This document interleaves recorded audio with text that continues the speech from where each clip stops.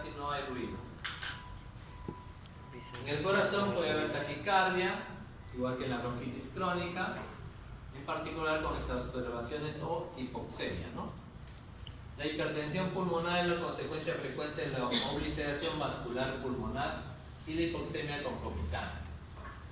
El examen cardíaco, igual que en la bronquitis crónica, también revela un cierre prominente de la válvula pulmonar, con presión venosa yugular alta, edema periférico que sobreviene por insuficiencia de miocardio derecho. En las imágenes que vemos, hiperinflación, ¿no? Los semidiafragmas están aplanados, ¿no? E incremento del diámetro antero-posterior del tórax, ¿no? Entonces es un tórax en tonel, como dije, ¿no? ¿Ya? No es que sean pechudos, sino que es por el atropellamiento de aire, ¿no? ¿Ya? ¿Qué más? La destrucción del parénquima pulmonar da lugar a la atenuación de las marcas vasculares periféricas pulmonares, a menudo con dilatación de la parte proximal de la arteria pulmonar como resultado de hipertensión pulmonar secundaria. También pueden observarse cambios quísticos o ampollares, ¿no? Que son los efsisemas ampollares que les mencioné. Función pulmonar.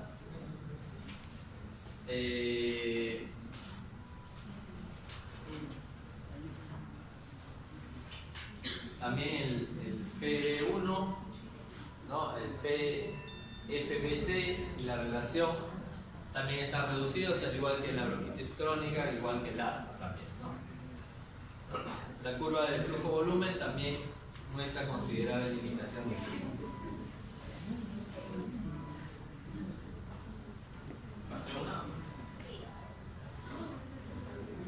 La prolongación del tiempo expiratorio, cierre temprano de vías respiratorias originados por pérdida del retroceso elástico y el atropellamiento consiguiente del aire causan incremento del volumen residual y capacidad residual funcional.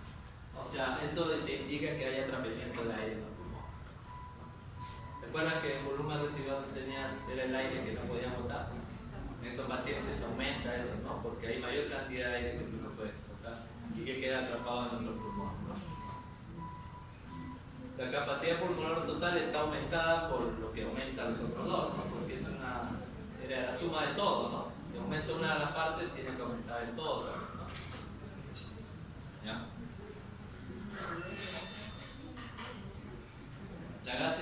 Gases en sangre arterial, la pérdida de capilares crea áreas de ventilación alta en comparación con la perfusión, ¿no? Porque si se destruyen las paredes alveolares, se destruye capilares también, ¿no? Entonces no hay capilares para que perfundan el pulmón y ocurra el cambio gaseoso. Entonces la perfusión cae, pero la ventilación sigue siendo la misma, ¿no? Entonces aumenta la relación ventilación-perfusión, ¿no? Puede mantenerse concentraciones de presión de oxígeno y de CO2 cercanas a lo normal pese a la enfermedad avanzada. El examen de gases arteriales siempre revela un incremento de la diferencial de la presión alveolar arterial de oxígeno, ¿no? Con la gravedad mayor de la enfermedad y pérdida adicional de la perfusión capilar, hay disminución de la capacidad pulmonar. ¿Qué más será? El LSO. Capacidad pulmonar. Ahí lo vamos a ver en otras. Pero tiene que ver con una función del pulmón, ¿no? ¿Ya? La hipercapnia y acidosis respiratoria y alcalosis metabólica compensadora son frecuentes en la enfermedad grave, ¿no? En estos pacientes, en realidad, para que estén bien graves, tiene que ser una enfermedad de larga data, ¿no? Porque inicialmente los enfisемatosos pueden estar como lectivo normal en reposo, ¿no? Son solamente por su tórax en tonel, ¿no? Pero tú lo ves, está normal, ni siquiera lo ves médicos en reposo, ¿no? Pero si empiezan a hacer alguna actividad moderada nomás, que tenga que hacer algún tipo de ejercicio, ahí sí empiezan ellos a hacer su disnea, ¿no?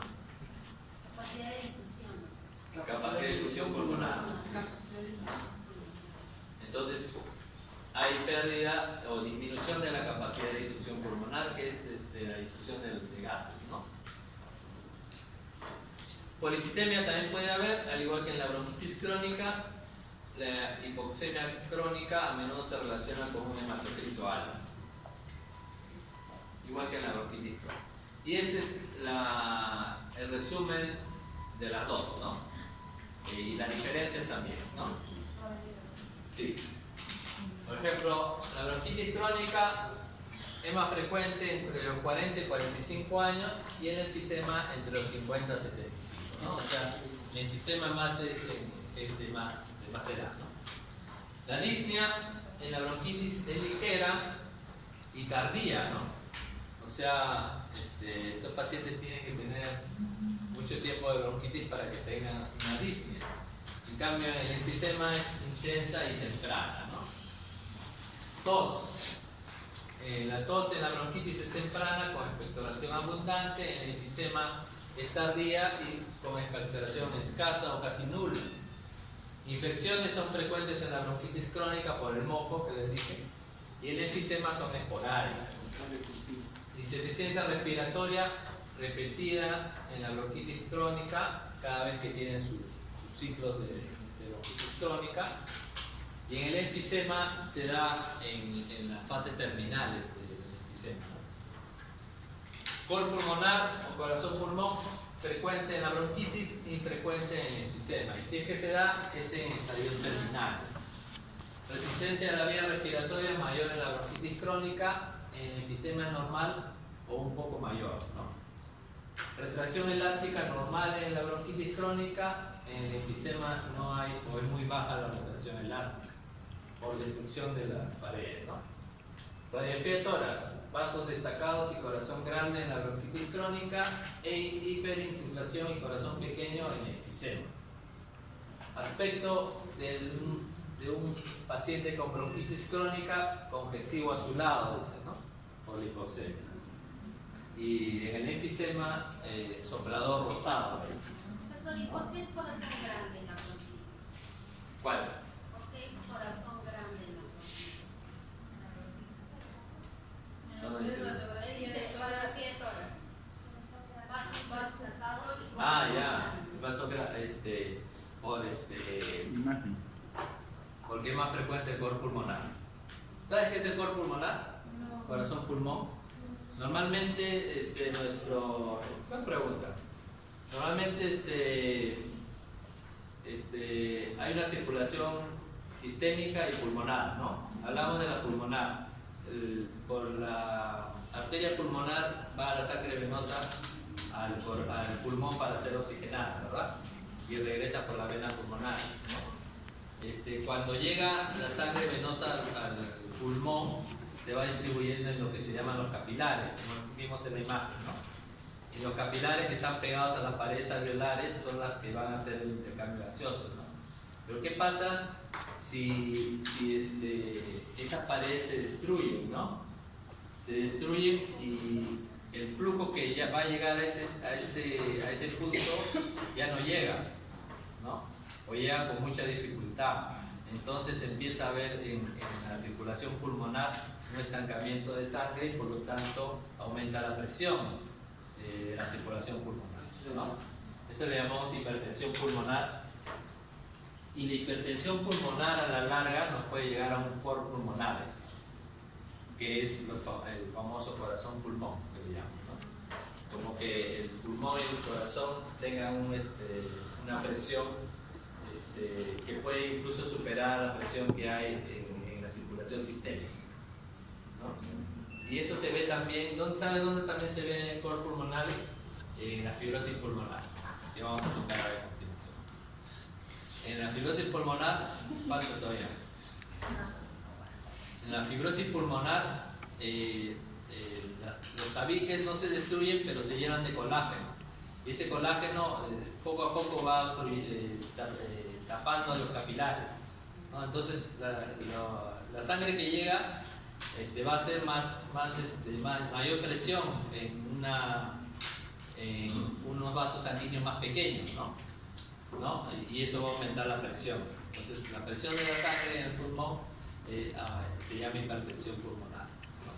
Y la hipertensión pulmonar a la larga te hace un corazón pulmón, ¿no? Donde la presión que hay ahí supera incluso la presión de la circulación sistémica, ¿no? Y eso le llaman cor pulmonar. Entonces, el corazón va a hacer, el ventrículo derecho sobre todo, va a hacer mayor esfuerzo para enviar la sangre al pulmón, pero va a encontrar ahí una resistencia, ¿no? Entonces se va a hipertrofiar. Por eso es que crece el corazón, ¿no? En cambio acá el corazón no hace ninguna fuerza, ¿no? Perdón, ¿cómo está?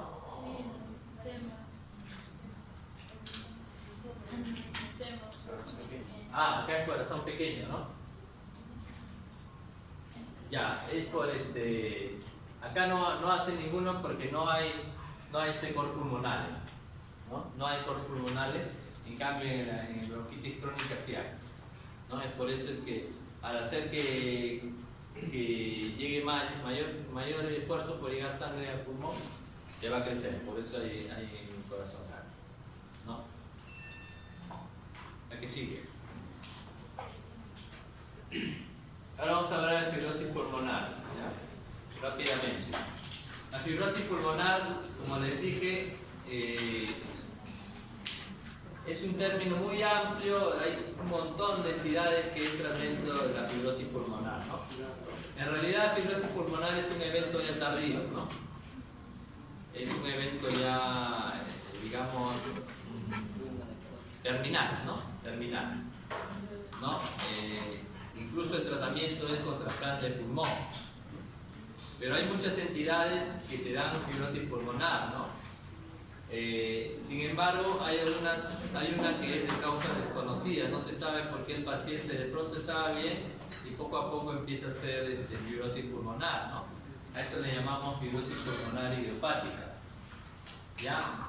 Pero en una buena cantidad de casos hay un agente conocido, ¿no? Y una de las causas conocidas es, por ejemplo, la neumoconiosis, ¿no? O los pulmones de los trabajadores de minas, ¿no?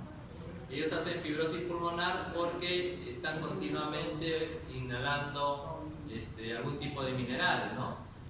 Que puede ser, por ejemplo, el carbón, asbesto, ¿no? Sílice, etc., ¿no?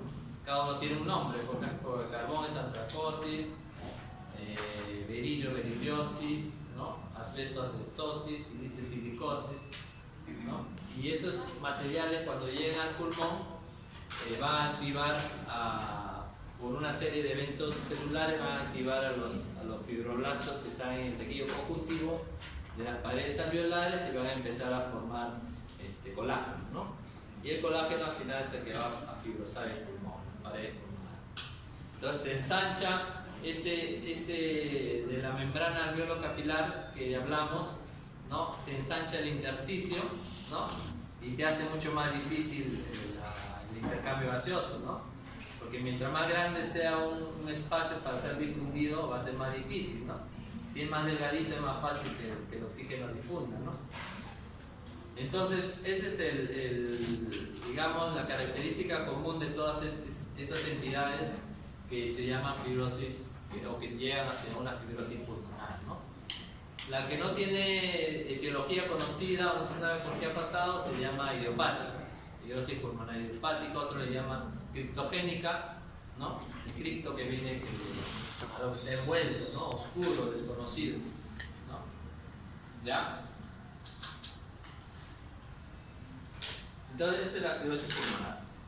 Vamos a hablar de la idiopática, ¿no? Porque nosotros ya sabemos, por ejemplo, hay la famosa neumonía intersticial idiopática, que vendría a ser el evento inicial de una fibrosis pulmonar idiopática, ¿no? No se sabe por qué se forma, ¿no? ¿Cuál es la causa conocida, ¿no?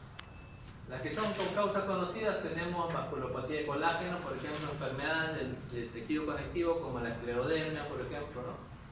Inducida por fármacos, amiodarona, bleomicina, ocupacional, que es la que les mencioné, la neumoconiosis, las ambientales como la asbestosis, ¿no? Las granulomatosas, hay enfermedades que también forman granulomas pero que no son tuberculosis y y que son de causas desconocidas, tenemos la sarcoidosis, por ejemplo, y las conocidas son neumonitis por hipersensibilidad, ¿no? Esto, por ejemplo, le da a los pulmón del granjero, le dicen, ¿no? A los que están ahí con aves de corral y continuamente están respirando el polvillo de las heces de las aves, ¿no? Eso también causa un daño a nivel alveolar, ¿no? Otra forma es la linfangioliomatosis, neumonía eosinofílica, leucocitosis celular Langerhans, etc. Entonces nos vamos a centrar sobre la idiopática, ¿no? Las enfermedades pulmonares intersticiales también le dicen porque lo que principalmente se daña es el intersticio, como le digo, ¿no?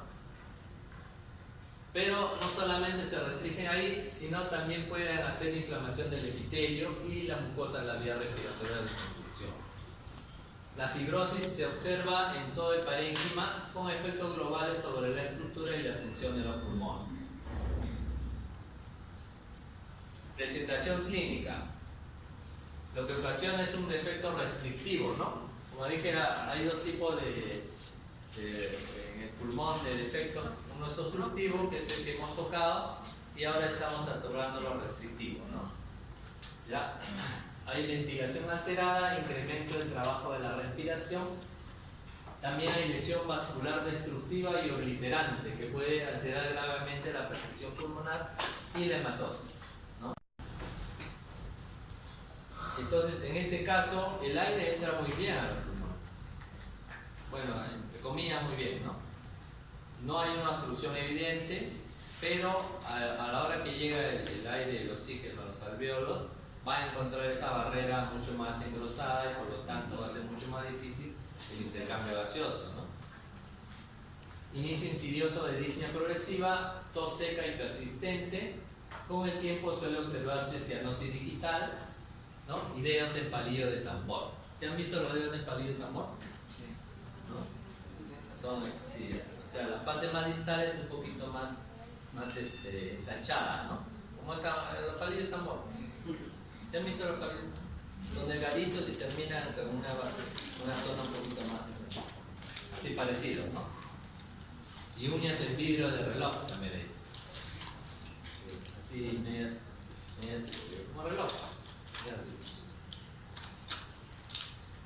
Y cianosis digital, o sea, sus dedos, de hecho un día lo van a ver medio azulado, ¿no? La hipertensión pulmonar creciente puede llevar a insuficiencia del hemicardio derecho y edema periférico. Etiología y epidemiología. La fibrosis pulmonar idiopática se presenta en el transcurso del quinto o séptimo decenio de vida, ¿no? Con predominio ligero en los varones. Obviamente no se sabe la causa, ¿ya? Dice que muchas exposiciones ambientales y enfermedades sistémicas pueden producir un modelo clínico similar, ¿no? Entonces, para hacer el diagnóstico de una fibrosis pulmonar idiopática tienes que descartar todo lo anterior que vimos, ¿no? Enfermedades ocupacionales, ¿no? Enfermedades del tejido conectivo. Para eso tienes que hacer una buena historia clínica para poder descartar todo eso, ¿no? Y un buen examen clínico. Se desconoce el fenómeno adverso primario que lleva a la respuesta fibrótica. No sabe qué es lo que enciende a los fibroblastos para que empiecen a formar colágeno, ¿no? Y tejido fibroso. No se sabe. ¿Ya? No obstante, hay una serie común de eventos celulares que median y regulan el proceso inflamatorio y la respuesta fibrótica en esta entidad, ¿no? Así como en otras enfermedades del parénquima.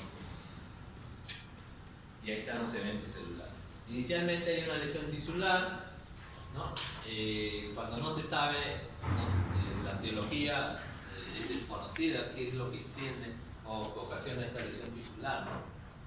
Luego hay activación y cambio de la permeabilidad del endotelio vascular con trombosis y trombolisis, lesión y activación del epitelio, flujo hacia adentro, activación y proliferación de los leucocitos, lesión, remodelado y fibrosis tisulares adicionales, perpetuación de la inflamación del tejido, resolución completa tardía de trombosis, proliferación de fibroblastos y producción o depósito de moléculas de matriz, y proliferación y reproducción del epitelio.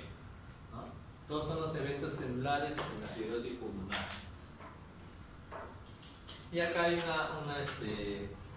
un esquema. La lesión pulmonar, cuando se conoce, puede ser un agente inhalado, un polvo, toxinas, etc., ¿no? Pero en la fibrosis pulmonar idiopática no se sabe cuál es. Entonces el macrófago alveolar es el primero que se va a activar, ¿no?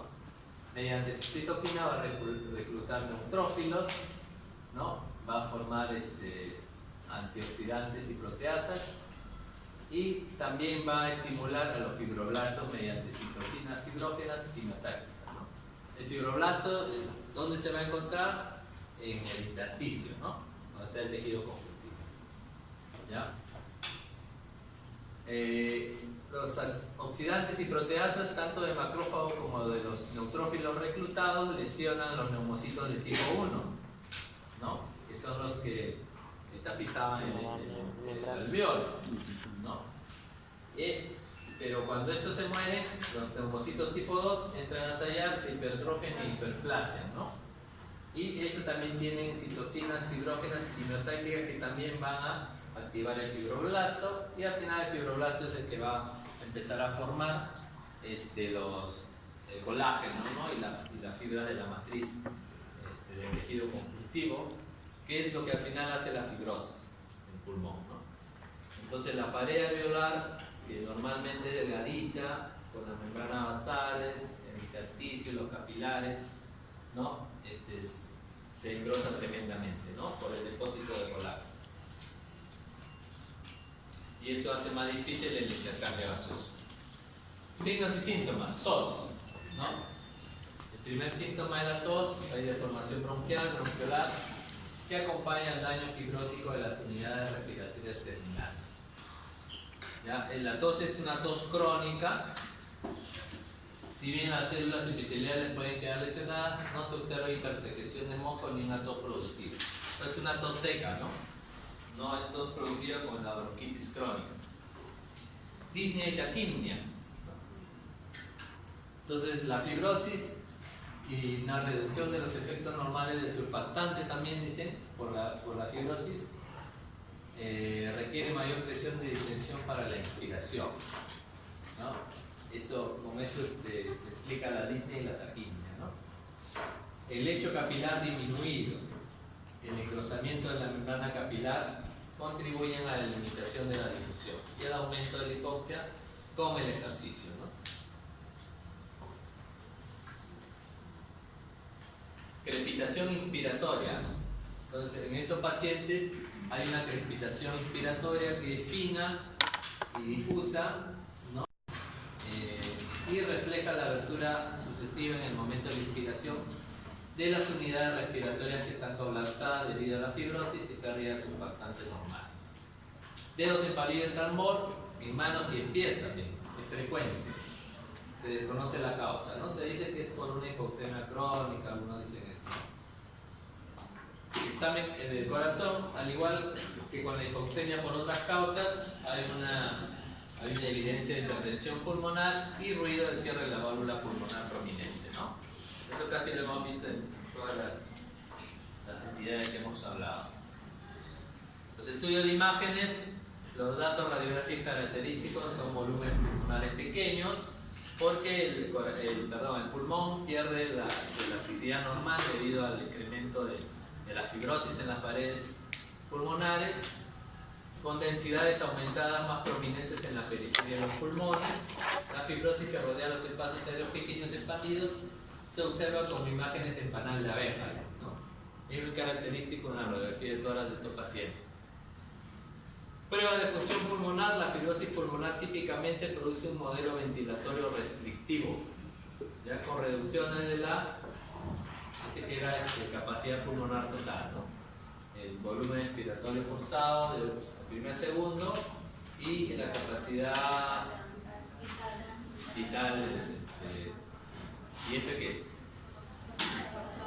Forzada. Mientras que la relación permanece preservada e incluso incrementada, ¿no? La relación entre esas dos, que normalmente era del 80%.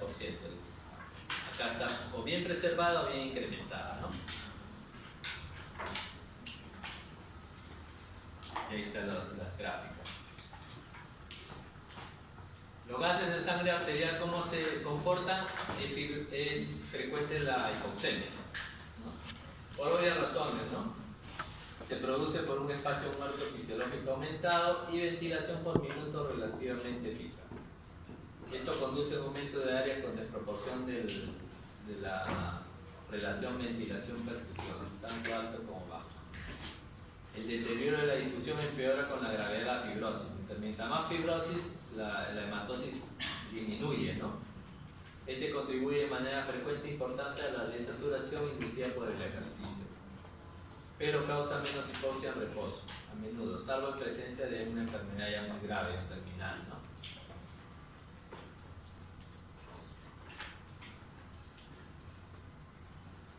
Este es el cambio de la presión arterial de O2 a lo largo del capilar pulmonar.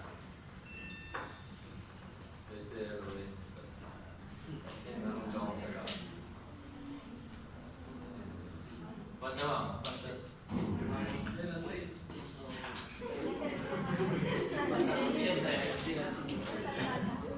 Acá acaba, edema pulmonar creo que acaba. No, falta. Ya, pero rápidamente, ¿ya? Edema pulmonar seguro ustedes ya lo han visto, ¿ya? Sí. Patología. Es la extravasación de líquido o plasma de los capilares que están en los tabiques alveolares hacia el intersticio, ¿no? Eso es edema, ¿ya?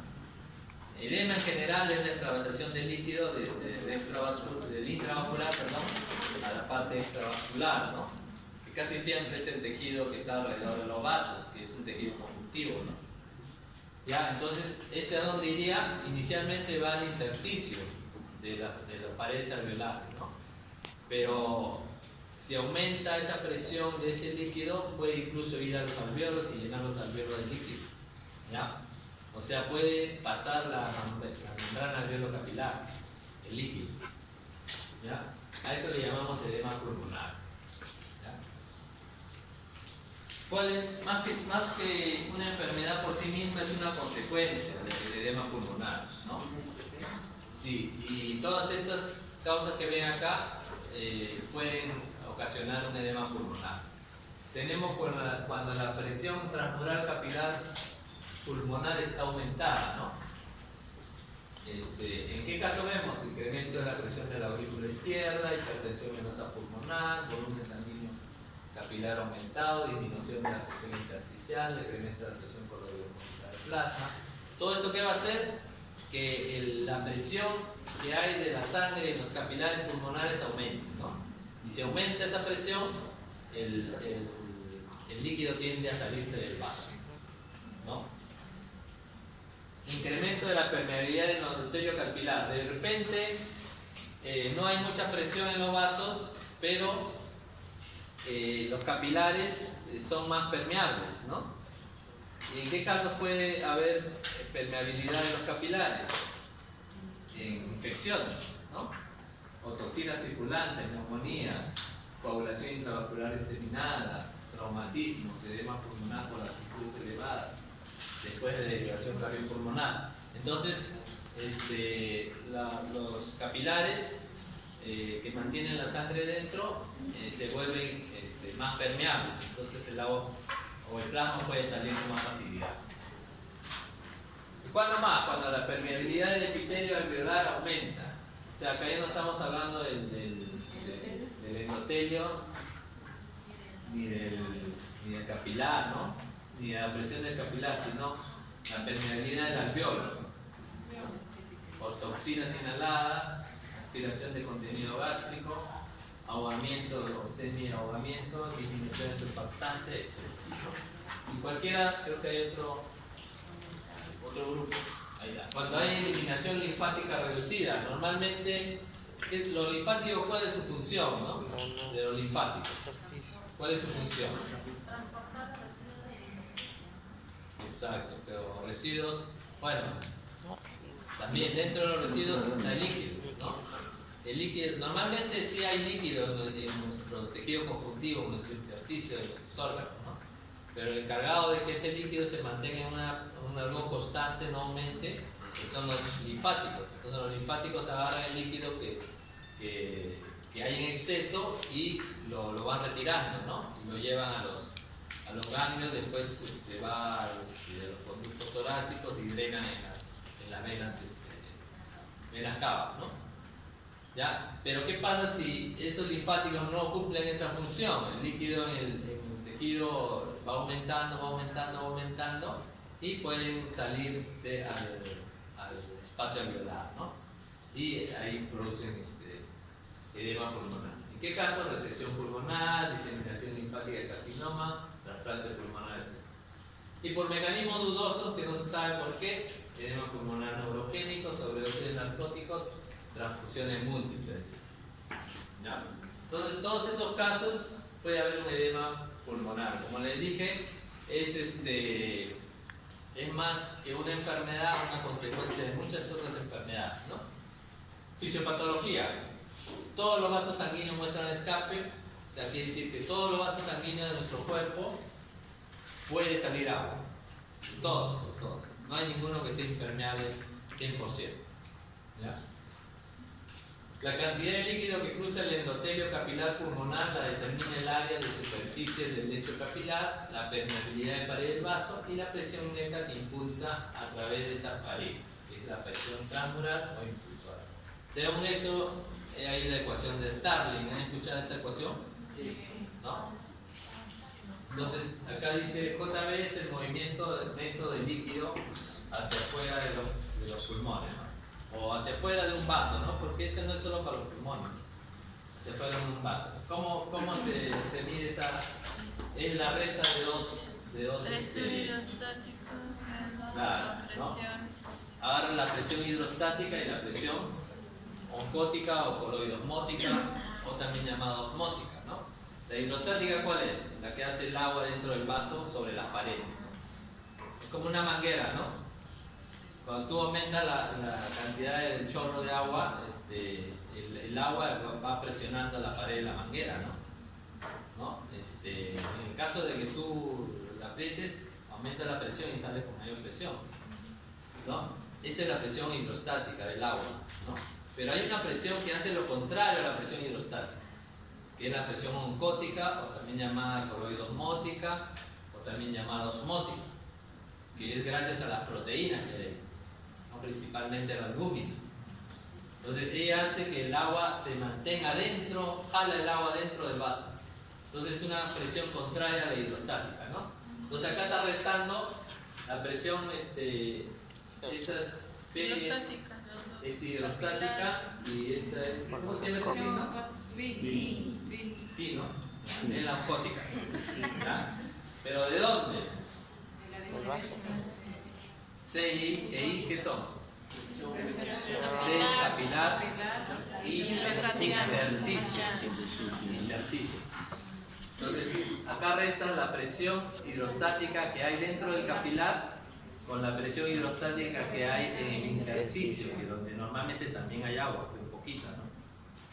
Entonces acá restas la presión oncótica que hay en el capilar y la presión oncótica que hay en el intersticio. R es una constante, ¿no?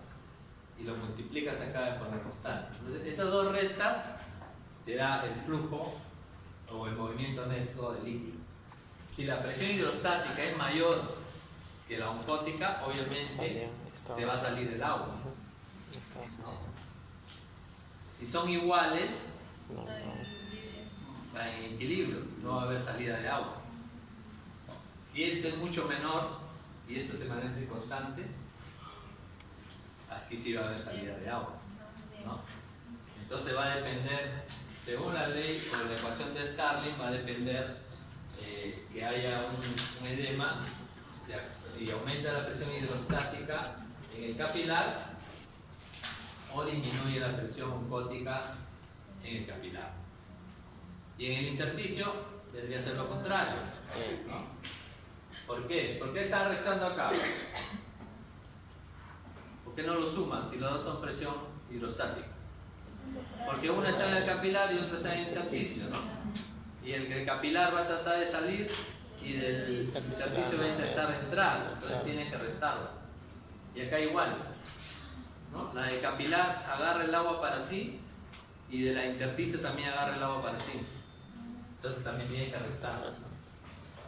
Entonces si la presión hidrostática en el capilar aumenta más que la osmótica, se sale el agua. Si la osmótica disminuye mucho más, también se sale el agua. Entonces la idea es que estén constantes, ¿no? Para que no haya una salida de agua hacia el intersticio, ¿no? Y esos 4 factores se agrupan en 2 tipos de edema pulmonar, el cardiogénico y el no cardiogénico, ¿no? Como su nombre lo dice, el cardiogénico tiene que ver con el corazón, ¿no? Entonces, ¿cuándo es cardiogénico? Cuando el edema se origina por aumento neto de la presión transmural, o sea, hidrostática u osmótica, ¿no? O sea, la diferencia, ¿no? Si la presión hidrostática es mayor que la osmótica, es un edema cardiogénico. ¿Dónde se ve? En la insuficiencia cardíaca. Sí. No cardiogénico se refiere a edema que se produce por incremento de la permeabilidad. O sea, acá no tiene mucho que ver las presiones, sino más que todo la pared del vaso que sea más permeable, ¿no? ¿En qué caso se ve no cardiogénico? Infecciones, inflamaciones, por ejemplo, ¿no? El primero es un proceso mecánico y el segundo es inflamatorio. Sin embargo, todo tipo de edema pulmonar no son excluyentes, pueden coexistir en una sola persona. Y ahí está el capilar, ¿no? Ahí está cuando se sale el fluido del capilar, ¿no? Que inicialmente el intersticio, dice, ¿no? Pero acá dice que hay linfáticos. Los linfáticos agarran cuando sale mucho, agarran y drenan el líquido, ¿no? En el caso de que haya un taponamiento de los linfáticos, aquí se acumularían los líquidos, ¿no? Pero cuando hay una mayor salida de fluido que sobrepasa la capacidad de los linfáticos, se produce ahí un edema que inicialmente es en el intersticio, pero cuando va aumentando la presión hidrostática acá aumenta y se mete al alveolo, ¿no? Y si se mete al alveolo sí es un poco más grave, ¿no? Varios mecanismos ayudan a la eliminación del ultrafiltrado y como hablamos de los linfáticos, ¿no? Linfáticos yuxta-alveolares, dice. ¿Ya?